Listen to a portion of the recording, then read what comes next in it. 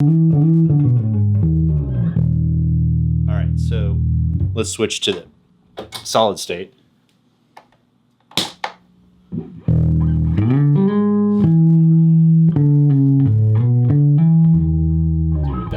That's completely different. Like in every possible way, that's different. Right, and like I don't see this as like a downgrade. It's just a clean, pure sort of sound. Yeah. Which works really well for a lot of types of music. Yeah. And there are ways to use an amp like this and still get some of the charm of tubes. That's why a lot of bass players like to use tube pedals and overdrives and compressor pedals and different direct boxes that have tubes that you can run through, because you can impart some of the charm and character, but then have the reliability of a really good solid state amp and the practicality too. So it's like, where are you getting your color from? Are you getting it from the amplifier, or are you getting it from like pedals and other implements in your signal chain? Right. I thought it'd be more fun to just talk about tube amps with my friend Rhett today than by myself.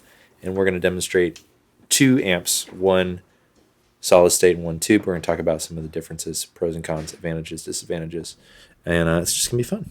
We got the Ampeg V4B, and then we also have the Thunderfunk with Aguilar Cabs. A lot of people might not know about the Thunderfunk. More on that in a minute. But we're basically going to talk about some of the pros and cons and differences between tube amps, solid state amps. We use the same mic, same settings. You can hear the difference. And we're going to talk about how they have different applications.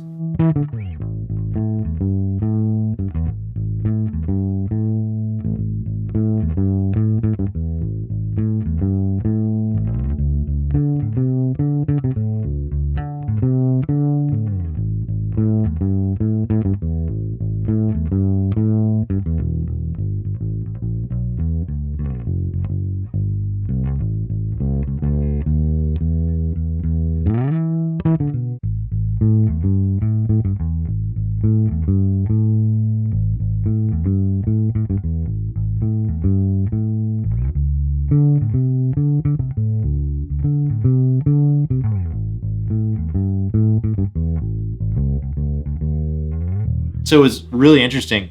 I've never played these amps back to back, and it's wild how different they sound. And it's also pretty wild how different they feel. I think with any sort of gear decision, it's how it sounds and it's also how it feels. Like an example that helps me think of it is like you could be running on asphalt with tennis shoes on, or you could be running on the sand at the beach barefoot, and you might be going the same speed, but the experience for the runner is totally different. Like I feel like when I'm playing a fully tube amp, the notes are squishing and compressing and I'm responding to them in a different way. And it's also kind of nice to play like intentionally sloppier, if that makes sense. Like a little bit of intentional like imperfection. Whereas I'm playing with a really clean solid state amp, I'm drawn towards precision and accuracy, and different sort of ideas translate differently from those different sorts of amps. Yeah, I mean, I can hear just sitting watching you play, this is much more of an immediate sort of snap response. Yeah. Whereas this has much more of like a spongy character to it. This is a colder sound. This is a precise sound, but it's not trying to like it. That's the goal, like to be like a clean, reliable, accurate tool. Whereas the tube amp is like supposed to be vibey. It's supposed to change.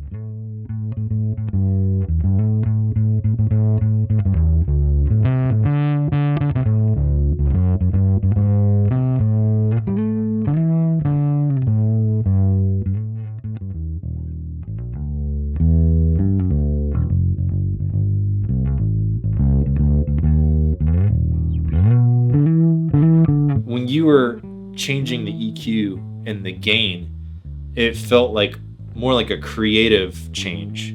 Whereas if you're changing the EQ here, and what I like to do live, I usually start flat, and then in the room, I'll boost or cut, usually cut the problem frequencies where I'm trying to make it sound as natural and consistent in the space as I can. This, you're more doing like creative, colorful decisions, and this is more like surgical accuracy. It's really fun having them back to back, actually.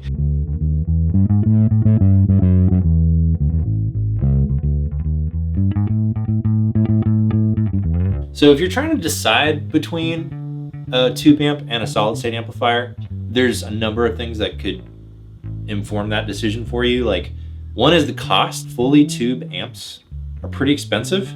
There's a lot of affordable solid state amps or tube pre solid state power amps that you can get out there. And everything is reliability. Like, tubes will go down. They might go down during a gig. I actually remember a time I was on a gig with a friend of mine. I think we were playing in Baltimore in February, and his tube amp had been in the car, and somebody powered it on and didn't leave it on standby long enough, and the tube broke because of the temperature, right? So it's an example of, like, these things are temperamental. They're fragile. If you're traveling, you're lugging this thing in and out and up and down stairs and throwing it in a car, they might break. And they're also really heavy. But they're also very charming. They're very cool. They're undeniably cool. They're exciting, and they're inspiring to play, and I think they're a part of the creative process, or maybe might become a part of your creative voice as a player. Solid state amps are going to be more reliable, but I also will say if something goes wrong with them, they're harder to repair. You have to send them off. It's like a local amp tech could probably fix your broken tube amp, but if you have a solid state amp, it's harder to get in there and to repair. You can get them at a number of different prices, different price brackets. They're way lighter weight too. My primary gigging bass amp for the last 10 years has been this Thunderfunk, which is a solid state amp, because it has been rock solid for me in any room. And if you notice too, I'm using it with two Aguilar cabinets. They're separate cabinets. I daisy chain them together. They're 12-inch speakers. So on a small gig, I'll just take one of these in this, and this will sound great in a small room. If I'm on a bigger stage, I'll take both of them together. This amp and these cabinets have got me through hundreds and hundreds of gigs, thousands of playing hours, and this thing has never let me down. Whereas there was a time when I was gigging primarily with a tube amp, and I remember sometimes I could get it to sound great in the room, but sometimes it was way too boomy, or maybe I might have to have it at a volume that was too loud for the stage to where I could get it to sound good. There's more variables that you might be fighting with the tube amp. What I'm getting at, and I hope if you don't get anything else from this video, this is an argument that has been going on for a long time that we're not going to solve here. There's not a right or a wrong answer. It's more like, what is going to work better for you? What's important to you? What sort of gigs are you doing? What sort of music are you playing? And also, what kind of other equipment are you using? Are you going to be using pedals and different parts of your signal chain to get you the vibe that you might need?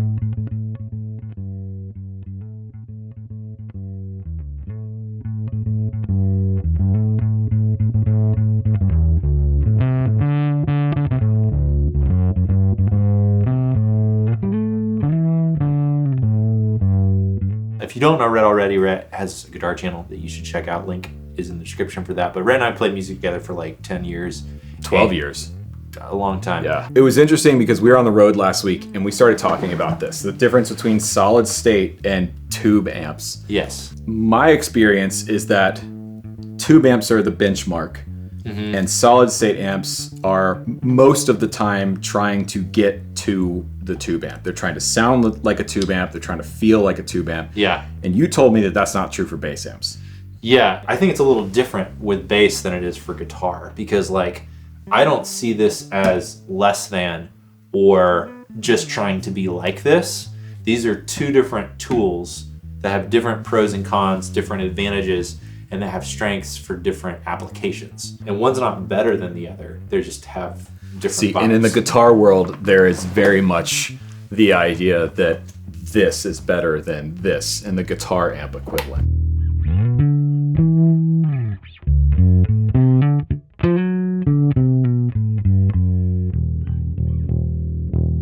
The star of the show, though, in a tube amp is the tube, like the vacuum tube. It's Yeah. this glass. Yeah, I have one right here. Yeah. So Okay, so what's actually happening with this thing? So essentially what's happening is the signal is coming into the tube, and through some electronic wizardry, it's being amplified. What we're talking about in terms of a tube amplifier is the distortion that comes from the vacuum tube itself, specifically when we overdrive the vacuum tube. What happens is if you push that tube higher than it was designed to work, it starts to clip the signal. So essentially you have a sine wave coming out of your bass guitar, and clipping or distortion is what happens when the tube can no longer amplify anymore, but you're pushing more of that signal through the tube. It starts to clip those waveforms, the peaks of those waves, and that's where the term clipping comes from, and that sound of distortion, that saturated, overdriven sound that we all love, is coming from the fact that we're overdriving a vacuum tube. Right, and when we do it with a vacuum tube, it's like a pleasant, cool, interesting sort of distortion. It's called soft clipping. Vacuum tubes soft clip, which means even though it's clipping the peak and the valley of the wave, it's just rounding it off. Whereas transistors, which we'll get to in a minute, tend to hard clip. They don't break up in a nice sort of pleasant way like a vacuum tube does. They literally just chop the top of the waveform off. Also, what's happening with that is you're compressing the sound. Overdrive and tube distortion is a form of compression, like you would put a compressor pedal on your board, because you are limiting the overall amplitude of that waveform by clipping it. We talked a lot about the tube amp, the solid state amp. We're not going to find any tubes in there, right? No. So instead of a tube, we're using a different technology. Transistor. Yeah, so transistor has the same function as a tube. It's designed to amplify signals, but it does it in a much more efficient way. When the transistor came out, it literally changed the world overnight. We use transistors every single day. They're in our phones, they're in our computers, they're in the camera that we're using to record, they're in the microphone we're using to record. We don't have to use tubes anymore to use that function. But when it comes to musical amplification devices, we like what tubes do. We like that saturation, that distortion, that color. Tubes aren't better than transistors. Transistors aren't better than tubes. These are different technologies that are being used to accomplish a similar goal, and they have different characters. One of the reasons people love tube amps is as you're bringing the gain up, as you're pushing that tube harder, it's changing. Yeah. Right? Whereas with a transistor, as you're turning it up, it's not changing nearly as much. And eventually you get to a point where it will hard clip and actually like distort in an unpleasant way. So like there's something really cool about turning up a tube amp where it's like it's starting to get warmer and hotter and break up a little more, and you can dig in a little more, and it's almost like responding and a part of the instrument. I see like a tube amp just as much a part of the instrument as the bass is. Like I feel like the bass and the tube amp together are the instrument because they're interacting with each other, they're informing each other. It's not linear, whereas a solid state amplifier is linear. As you turn it up, it gets louder and it's consistent. Eventually you'll hit a ceiling where it will break up in an unpleasant way. Yeah. Which actually I think that's one of the things that's cool about solid state amplifiers, because they're not designed for that vibe. They're designed for a clean, reliable hi-fi sort of sound. All class D amplifiers, all solid state amplifiers are not created equal. Like I personally think this one is the best one I've ever played. Like I think a really good solid state amplifier, what it's doing is it's making you sound like you would sound if you were in the recording studio and you had recorded direct. Yeah.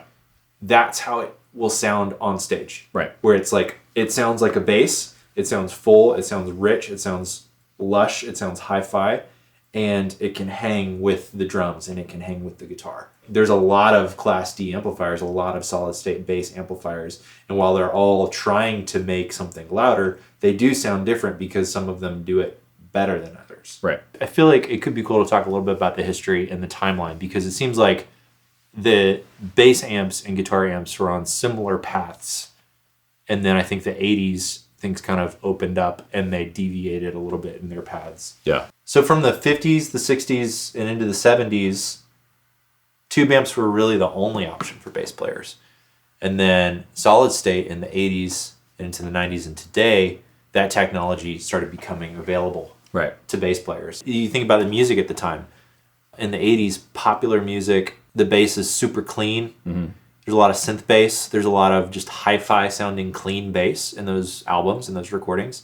So these session players that would play a super clean sound on a record, they would want to go play the gig, and they don't necessarily want the charming vibe of a tube amp. They want it to sound like it sounds on the record, which was accomplished by probably going direct in, Right.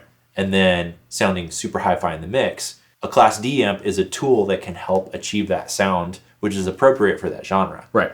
But type of genre that I like doesn't lend itself to that kind of bass sound or guitar sound. Right, which is a good point, but also keep in mind, for a working bass player, you might be expected to be on stage and be able to pull off any sound. Right, which brings up the point of practicality. Like an SVT, the big boys, the big refrigerators, that's overkill in so many situations, right? Because that was the idea with the SVT at the time was, much like the Marshall Plexi behind me, 100-watt Plexi, that was a solution to a problem which they had in the 60s and the 70s, which was they were playing these massive stadiums, but PA technology at the time was very rudimentary and was primarily there to just amplify the vocal.